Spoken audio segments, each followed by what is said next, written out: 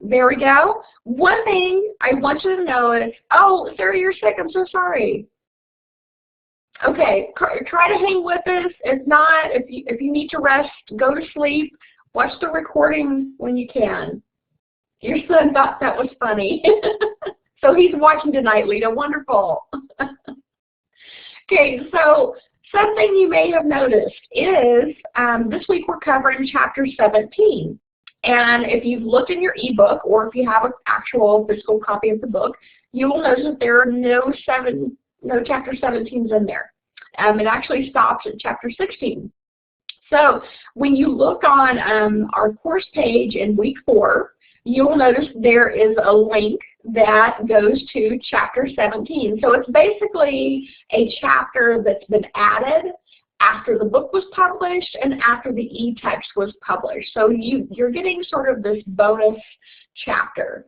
So if you're wondering where it was, there it is. Look under week 4 and you'll notice a link to Chapter 17. So please do that. This week is all about helping teachers change to more appropriate practices. Let's go on to our announcements real quick though. Of course, we're in the last week of our course, week 4. All of your assignments due by this Sunday at midnight. You'll notice you have fewer assignments this week than you've had in previous weeks, so it's a little bit of a slower week to give you extra time to work on the final project. Just a quick blurb real quick. If you've received any emails from financial aid or received a call from them, please be sure to return them. When we near the end of our sessions, sometimes they need paper signed or maybe they haven't received something yet, so they'll reach out to the instructors and to department heads to help them get a hold of people. So please, if you've received an email, get back with them. Also, our next course, ECE 107, will begin next Monday, February 22nd, and it's Early Childhood Program Management. I think you're going to enjoy this. I'm in the process of working on this course actually, and I'm adding a Pinterest assignment to it. So yes, we will have our Pinterest assignments again for our next class. So I know you guys enjoy that, so we'll be adding that up. Our student question of the week, this was an excellent one. Do I need to save the assignments from past courses? I remember doing this myself as a student back in the day when, we actually had paper assignments that we turned in. However, as an online student, most of your assignments are saved electronically. So you save every single assignment. Good, Sarah. Good, because you may need this someday. And why I bring this up as well is I have a student who just finished her externship, and she's been offered a job at a child development center in Tulsa, and they want her to get the CDA, which is the Child Development Associate, on top of having her Associates of Occupational Science and Early Childhood Education. A lot of centers require this, some don't. However, if you save those assignments, you'll be ready for it just in case, because when you apply for your CDA, one of the things you have to do is put together a portfolio of examples of work that you've done. And some of the things that they want in the portfolio are an example of lesson planning, a weekly menu, which we've done in one of our classes. They also want an example of a book list, which you guys create 4 different book lists in language and literacy. So save that work, put it in a safe place, maybe not on the computer. You might want to, I thought I might have a thumb drive laying around, but I don't. You might want to put it on a thumb drive so that just in case something happens to the computer, you have copies of it. So it could basically save you some time if they're wanting you to do the CDA. It could happen or it may not happen, but just in case, you're good to go. So don't delete all that coursework.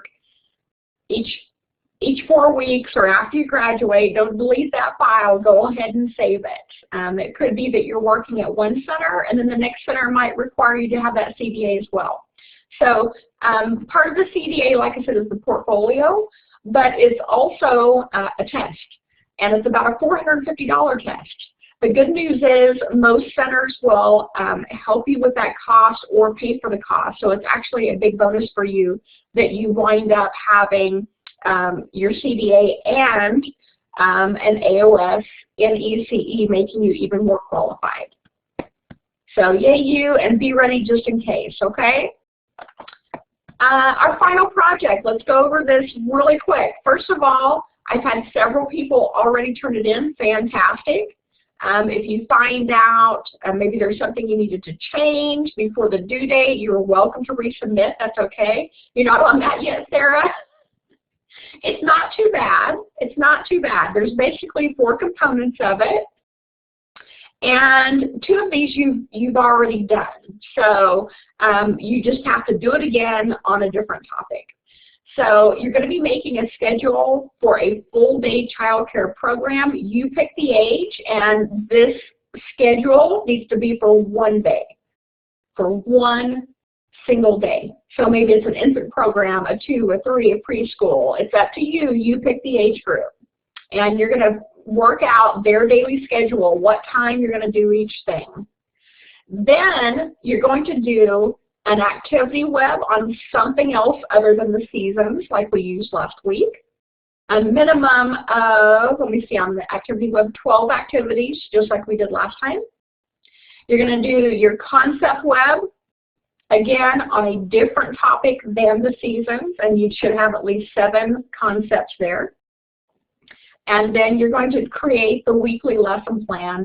And I gave you guys kind of a heads up that if you click on the link for the final project in week 4, there's also a link to a lesson plan that you could use. I want to tell you something though. I worked in that lesson plan today. It's easy to type into, but I had problems getting it to save as a file that I could then put into PowerPoint or put into a Word program. What I wound up doing was using the website to type out the lesson plan. It's a very nice, simple one for preschool. And then I screenshotted it. So you might want to screenshot it instead of trying to get it to save. I just had some issues with the PDF, and sometimes PDFs don't save well. They're sort of built to be printed or just used online. So it's up to you whether or not you use that template though. You're welcome to choose other templates as well. So that is basically the final project, 4 things. The schedule, activity web, concept web, and weekly lesson plan. Are there any questions about the final project right now, guys? Does anybody have anything that you're unsure about? Be sure it sort of ties together. You're going to use the same age group for each thing. So if you choose to do an activity web, a schedule, a concept web, and a lesson plan, be sure, and if you're going to choose 3-year-olds, use 3-year-olds for each one. Keep them in mind, what would be developmentally appropriate.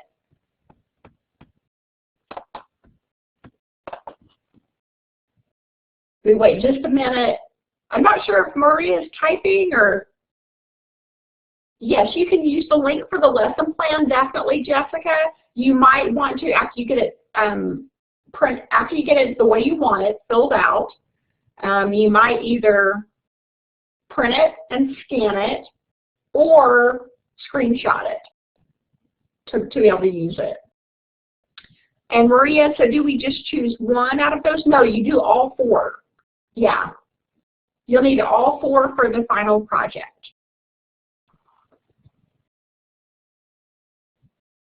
Yeah, be sure and don't do just 1.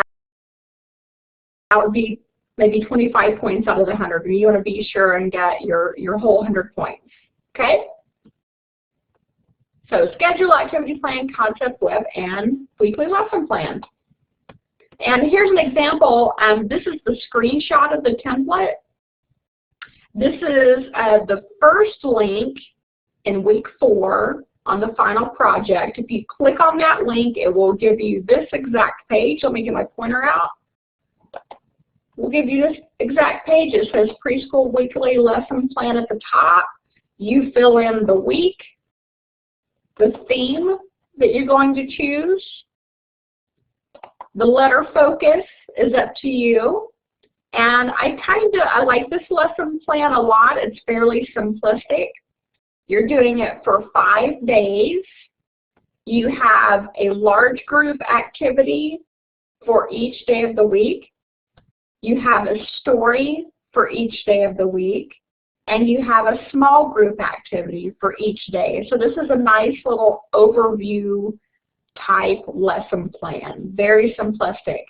And then at the bottom, it lists your centers that you might have in your classroom. You can use this one definitely.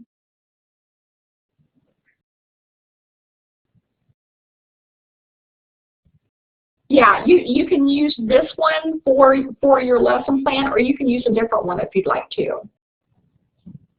Oh, gotcha, Lita. You may need some rest. That's right. Okay, so your centers in your classroom, we're going to pretend like these are the centers that you have, and you're going to plan what you'll have in your dramatic play area, maybe what costumes or props. Blocks and building, language and literacy, math and manipulative, science, creative art, and sensory. So those are sort of the centers in your classroom that we're sort of making up in your head. And then you could screenshot it after you have it filled out, or you could print it and scan it if you want, or pick another template if you'd like.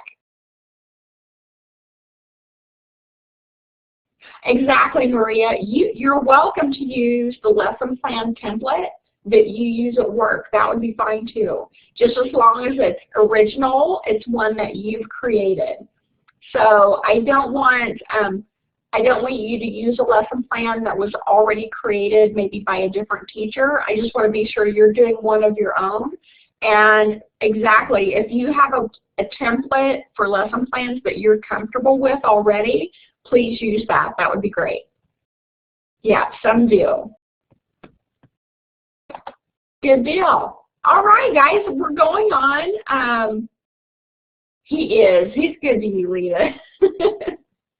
We're going to go on really quick to chapter 17, which is a fairly short chapter. And we're going to talk about change. Isn't this a great topic? Because, you know, almost every day, almost every week, you're going through some type of change, sometimes major changes, sometimes minor, but we all sort of react the same way. So why is change difficult?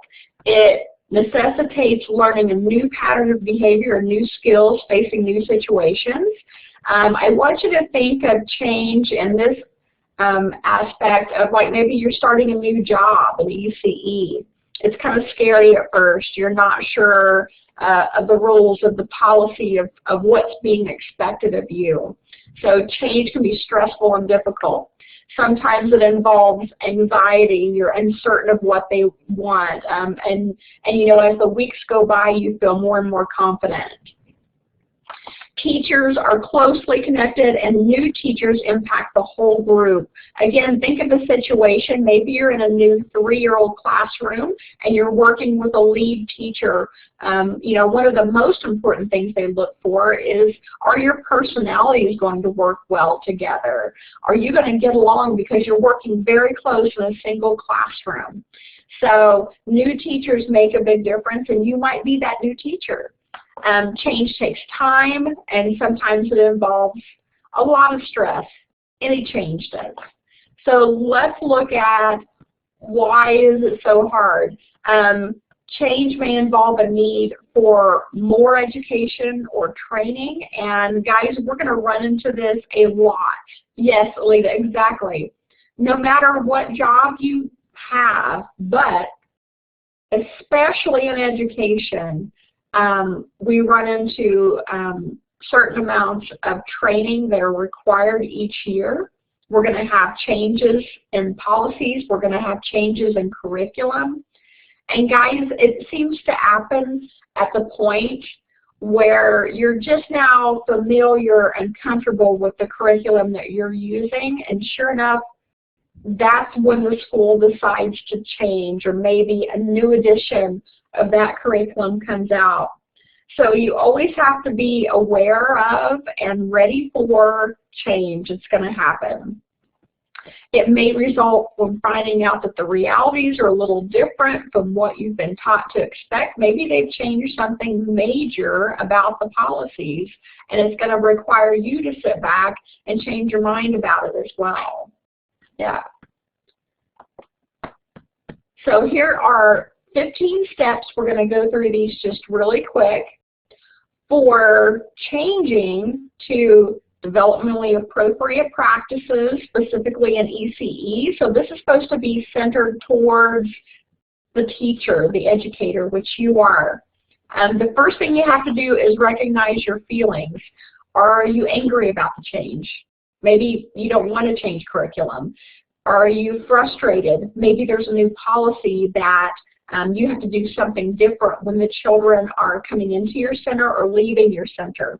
And it could be that you're just not happy about it. Or are you excited about it?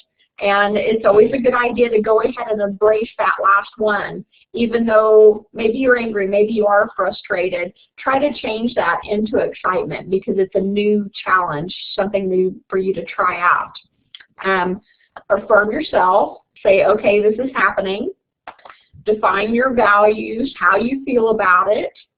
Define your initial task and goals.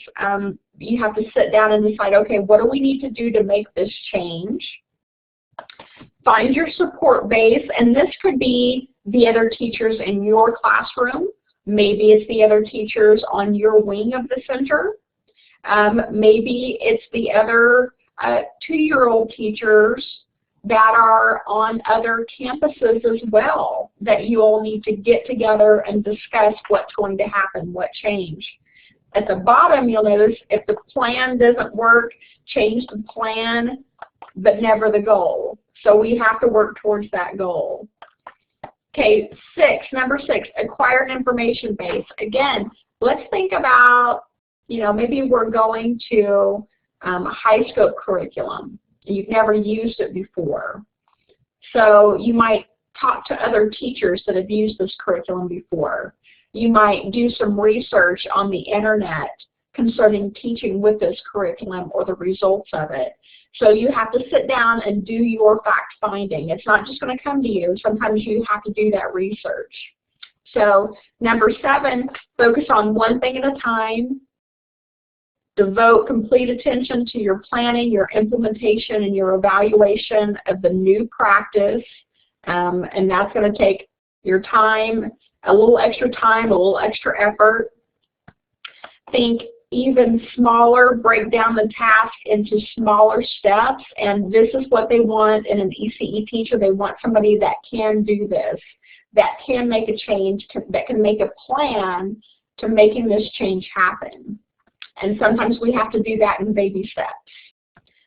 Number 9, move at an individual pace, develop a sequential plan that's carefully thought out and organized. And number 10, set goals. So sometimes we have to actually put this plan on paper. Maybe you need to brainstorm it a little bit, just like you used for your activity concept, your activity web and your concept web when we made the webbing. You could do this for change too. Start with what needs to change first and then have your goals radiate out from there to have a visual idea of what needs to happen. I really love webs, just in case you haven't noticed that. And our last page, plan for change. Remember that adapting is a skill. You have to work on it. Provide a variety of options for arriving at the same destination. Basically means have a backup plan in case it didn't work.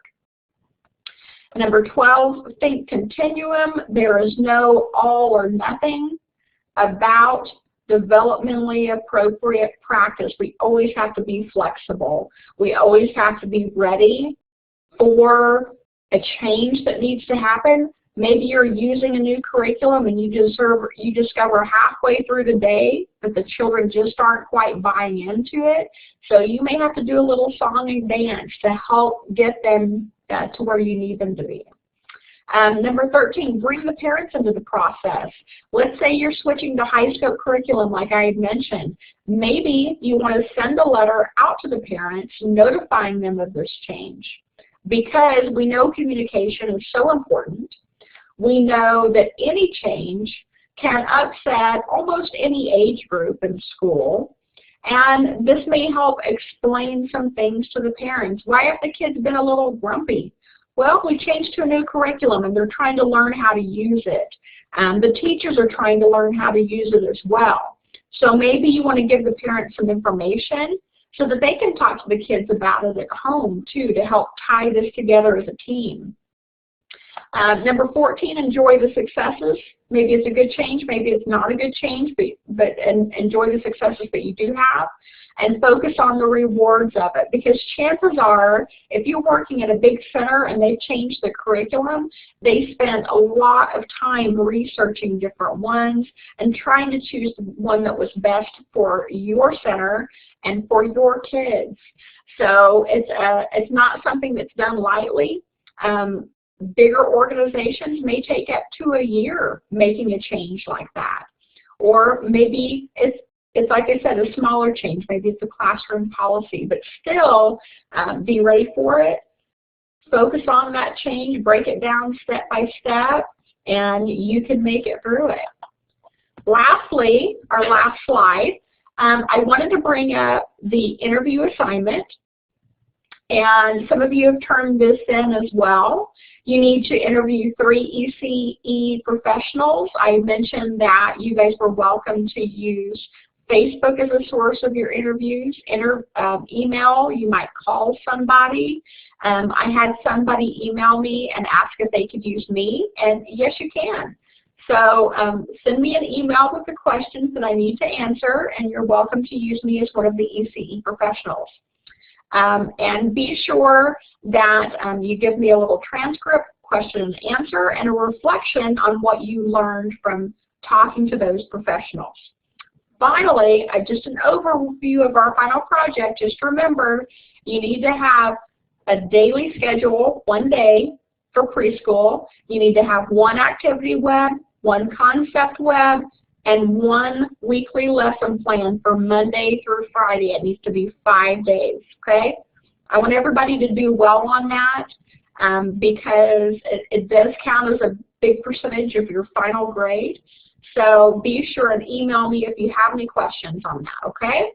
And are there any questions at this time? Do you guys need a little help?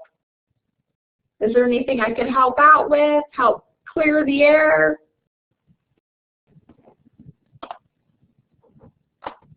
Are you awake? Is everybody awake? Jessica is, Bailey is. Okay, good, good.